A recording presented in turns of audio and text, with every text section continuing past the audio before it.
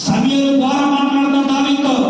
ఇప్పుడు జీవితంలో మాట్లాడుతున్నటువంటి మీరు ఏంటంటే సంఘంలో మన హృదయపూర్వకంగా మనం ఎవరికైనా ఏదైనా పాపం చేస్తే దేవుడు మనతోనే మాట్లాడాలి. ఇప్పుడు దావీదు పాపం చేశాడు, దేవుడు దావీదుతో మాట్లాడుతున్నాడా? సమూయేలుతో మాట్లాడుతున్నాడా? దావీదు. దేవుడికి దేవుడి దృష్టికి దుష్కార్యం చేసింది దావీదు. కానీ దేవుడు దగ్గరికి వెళ్ళాడు, సమూయేలు దగ్గరికి వెళ్ళాడు.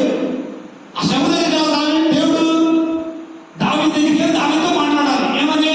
దావీదు, నువ్వు విధంగా చేశావు, నువ్వు చేసింది నా దృష్టికి భయంకరంగా ఉంది, నువ్వు చేసింది తప్పు, కాబట్టి ఇదిగో నీకు ఈ శిక్ష తప్పదు అని ఎవరితో మాట్లాడాలి? దావీదుతో మాట్లాడాలి దేవుడు. కానీ ఇక్కడ ఎవరితో మాట్లాడుతున్నాడు దేవుడు?